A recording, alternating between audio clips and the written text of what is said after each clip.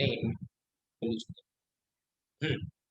Mode of submission of audit report 1.3 page number है। नहीं, एक मिनट, अभी पर भी ये सब भी देखना है बेटा, चेक कर लेंगे दो, फिर कुछ रह ना जाए।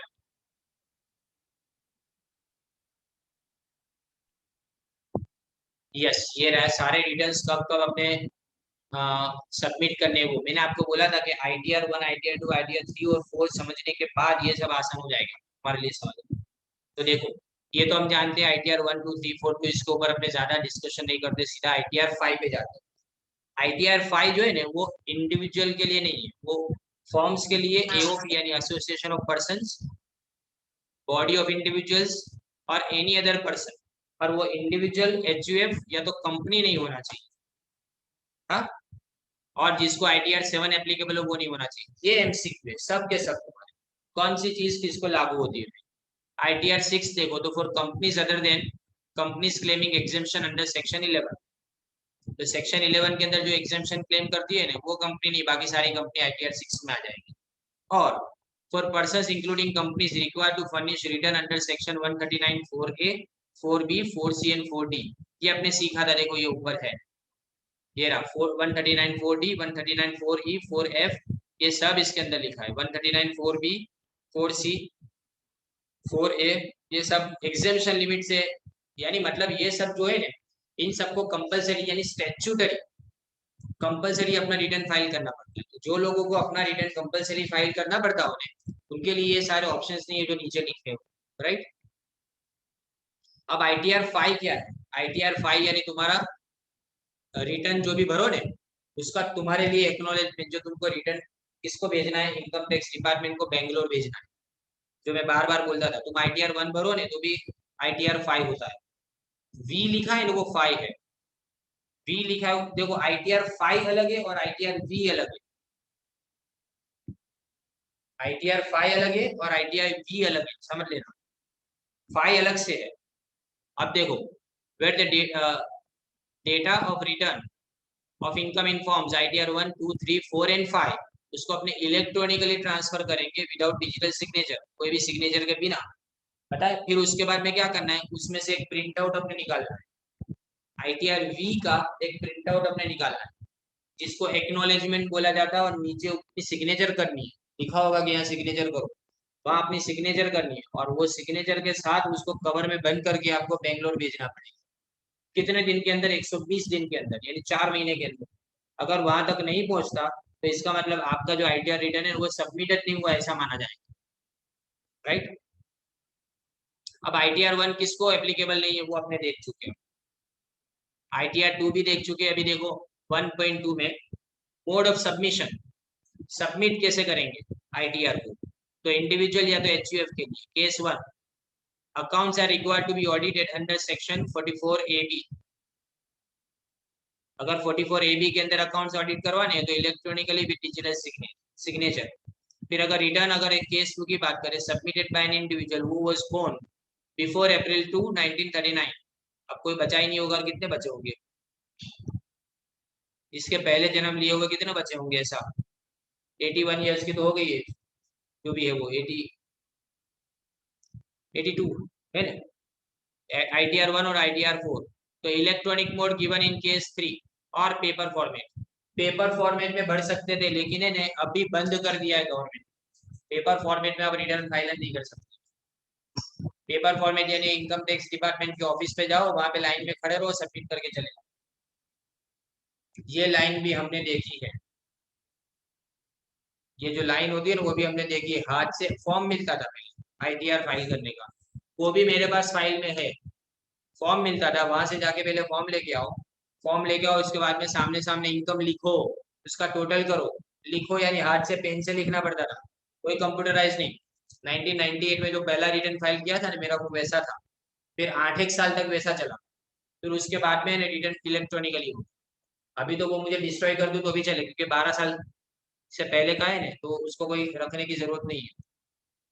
लेकिन पहला रिटर्न मैंने संभाल के रखा हुआ है, पहली बार मैंने रिटर्न फाइल किया था, 732 रुपये टैक्स भरा था मैंने। कितनी लिमिट थी अंदाजा लगाओ? साल की 85,000। अभी कितनी है? 2.5 लाख रुपए।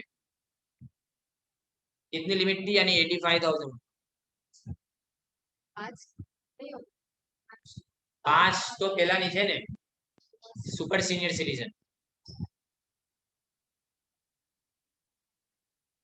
Case 3 any other case return can be submitted by using anyone.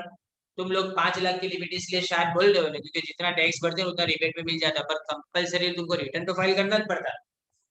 2.5 lakh रुपए से लेके 5 लाख तक तुम्हारी इनकम है, तो कितना हुआ तुम्हारा टैक्स? 5% के हिसाब से 12,500 रुपये हुआ, 12,500 हुआ। और 12,500 और 15,000 बीच एवर इज लोअर, वो माइनस हो जाएगा। तो बचा क्या? कुछ भी नहीं ना। ऐसा इसलिए तुम बोलते हो कि 5 लाख तक। अदरवाइज अगर रिबेट ना मिले तो रिबेट के बिना तो तुमको क्या है, टैक्सेबल तो हो तुम। ऐसा any other case return can be submitted by using any one mode, यानी electronically under digital signature. Electronically इसमें ईवीसी आएगा, यानी इलेक्ट्रॉनिक वेरिफिकेशन कोड, ओटीपी कैसा आएगा। और transferring the data in the return electronically and thereafter submitting the verification. ये हम हमेशा करते हैं, सी वाला हमेशा करते हैं। हम पहले इलेक्ट्रॉनिकली रिटर्न भर देते हैं, उसके बाद में उसकी एक कॉपी निकालते हैं, साइन करके बेंगलोर भेजते हैं, वो वाला। Company case for any company, ये सिर्फ इलेक्ट्रॉनिकली डिजिटल सिग्नेचर के साथ में बढ़ेगी अपना। Person required to furnish return in ITR 7। Case 5 अगर पॉलिटिकल पार्टी है तो उसको इलेक्ट्रॉनिकली विद डिजिटल सिग्नेचर। और अगर केस 6 एनी अदर केस, तो केस 3 में जैसा लिखा है वैसा कर सकते हो, यानी तो इलेक्ट्रॉनिकली पहले फॉर्म भेज दो, उसके बाद में उसका एक्नॉलेजमेंट अपने वहां भेजेंगे बेंगलुरु। फॉर्म LLP और any other person not mentioned about required to furnish return in ITR 5। तो case 7 accounts are required to be audited under section 44AB, तो इलेक्ट्रॉनिकली। लेकिन अगर केस 8 एनी अदर केस हुआ, 44AB के सिवाय का कोई भी केस हुआ, तो electronic mode given in case 3। दो चीजें जो बताई मैंने। केस 3 है तो समझ लेना कि पहले फॉर्म इलेक्ट्रॉनिकली भेज देना है, और फिर 120 दिन के अंदर उसकी कॉपी अपने बेंगलोर भेजनी है फिजिकली। अब ये देखो mode of submission of audit report में कितने डेट लिखी है, ये डेट आपको MCQ में आएगी। देखो पहले क्या लिखा है, where the SSC is required to furnish a report under section 92E pertaining to international specified domestic transactions. तो नवंबर 30 तारीख, छेली तारीख कौन सी? नवंबर की 30। अभी तो तारीख का कोई हिसाब नहीं है, बार बार चेंजेस होती रहती है। कारण क्या है, कोरोना का टाइम पीरियड है ना, इसलिए इन्होंने एक्सटेंड की। ये नवंबर 30 वाली डेट है ना, 31 जनवरी हो गई, फिर पता नहीं वापिस एक्सटेंड हुई कि नहीं। where the SSE is a company not having international or specified domestic transaction, यानी मतलब 92E के अंदर अगर कंपनी नहीं आती है तो सितंबर की 30 तारीख को उसको रिटर्न फाइल कर देना है, लास्ट डेट है। where the SSE is a person other than a company, company के सिवाय कोई भी हो, तो इसमें देखो अगर SSE ऑडिट करवाता है अपना खुद का ऑडिट करवाता है, अगर खुद का ऑडिट करवाता है तो सितंबर की 30 तारीख। where the SSE is a working partner in a firm, उस accounts are required to be audited under any law, यानी ऑडिट कराओ तो 30 तारीख सितंबर की, लेकिन अगर ऑडिट ना करो तो जुलाई की 31 तारीख। ये जुलाई की 31 तारीख, नवंबर की 30 तारीख, बढ़ते बढ़ते बढ़ते नवंबर की 30 तारीख। सबकी तकलीफ थी, एक अकेली नहीं, यानी हर किसी की प्रॉब्लम थी यानी।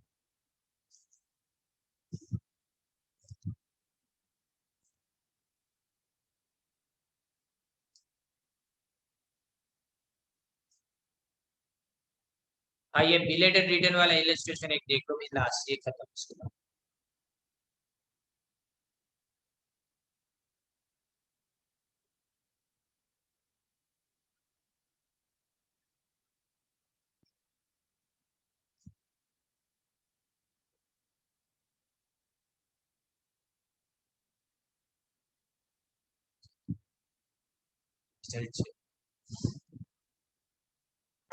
दीदी आगे है Mamata Banerjee. Belated return 139 subsection 4, if return is not furnished within the time allowed under section 139(1) or within the time allowed under notice, तो क्या करना पड़ेगा? देखो the person may furnish the return of any previous year at any time before the end of the relevant assessment year or the completion of assessment whichever is earlier। क्या लिखा है? Assessment year कब खत्म होगा तुम्हारा? 2000 क्या चल रहा है अभी? 2021-22 चल रहा है, ये तुम्हारा असेसमेंट ईयर है। इस साल में पूरा साल रिटर्न फाइल करना भूल गया, यानी 2021 में। तो 2021-22 खत्म कब होगा? 31 मार्च को। तो 31 मार्च को मैं के पहले मैं अपना रिटर्न फाइल कर सकता हूँ अगर भूल गया हूँ, यानी रह गया हो। पर देखो प्रोविजन इलस्ट्रेटेड, एक suppose to file return of for assessment year 2018-19 by September 30, 2018, right? It if it does not file return up to September 30, 2018, तो then such return if submitted after the said date will be belated return. उसको क्या बोलेंगे? ये return late है।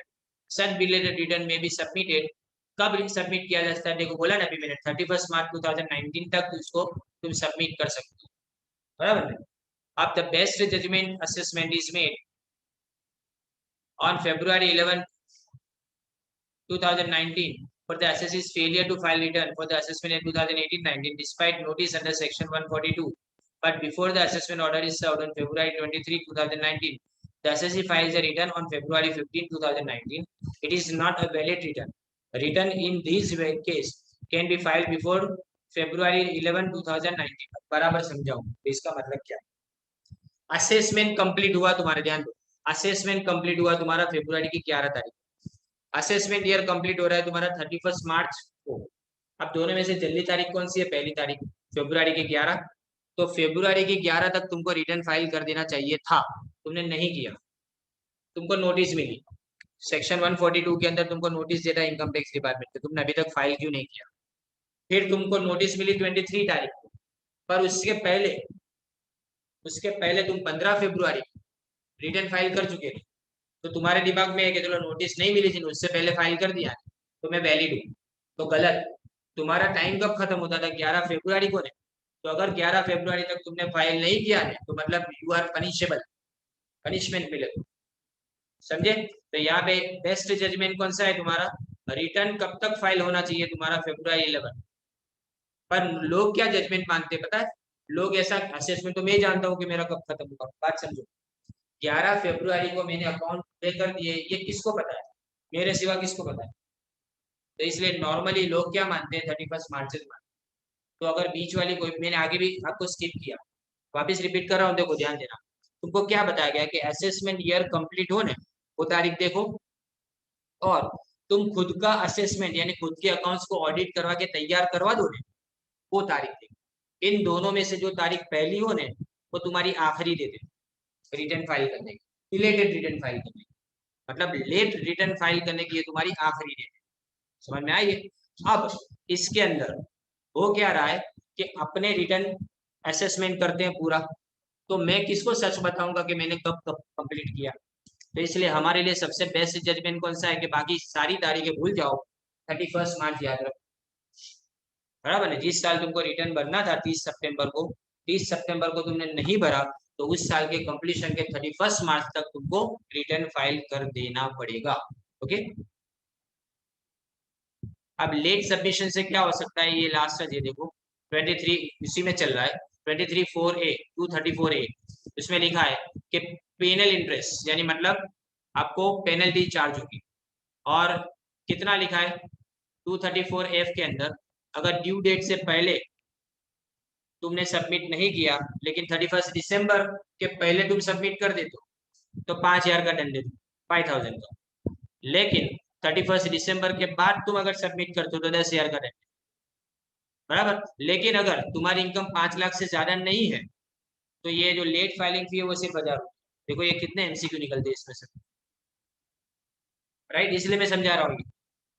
पहली बात क्या कि अगर तुमने अपनी डेट चूक गए यानी, बराबर, और लेट फाइल किया तुमने, पर 31 दिसंबर से पहले फाइल कर दिया तो 5,000 का दंड, 31 दिसंबर के बाद अगर फाइल करो तो 10,000 का दंड। लेकिन अगर तुम्हारी इनकम 5 लाख से कम है तो दोनों मिला के, दोनों सेपरेटली भी अगर देखो ने, कोई भी तारीख पे भरो 1,000 का दंड होगा।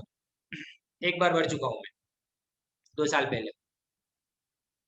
If return of loss is submitted after the due date, a few losses can not be carried forward. देखा ना, यानी मैं लॉस भी साथ में उसके अंदर इंक्लूड करना चाहता हूँ। कैरी फॉरवर्ड लॉस नहीं होता,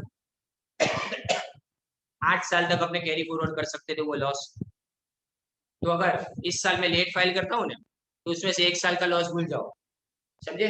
यानी अगर 8 साल मिलता था ना तो अब 7 साल मिलेगा, 1 साल के लिए तुम भूल जाओ ऐसा।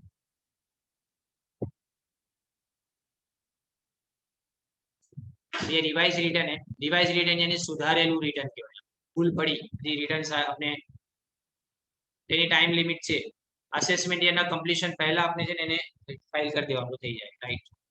That's it. Okay, thank you very much. कल का टाइम में अभी मैसेज कर दूंगा आपको।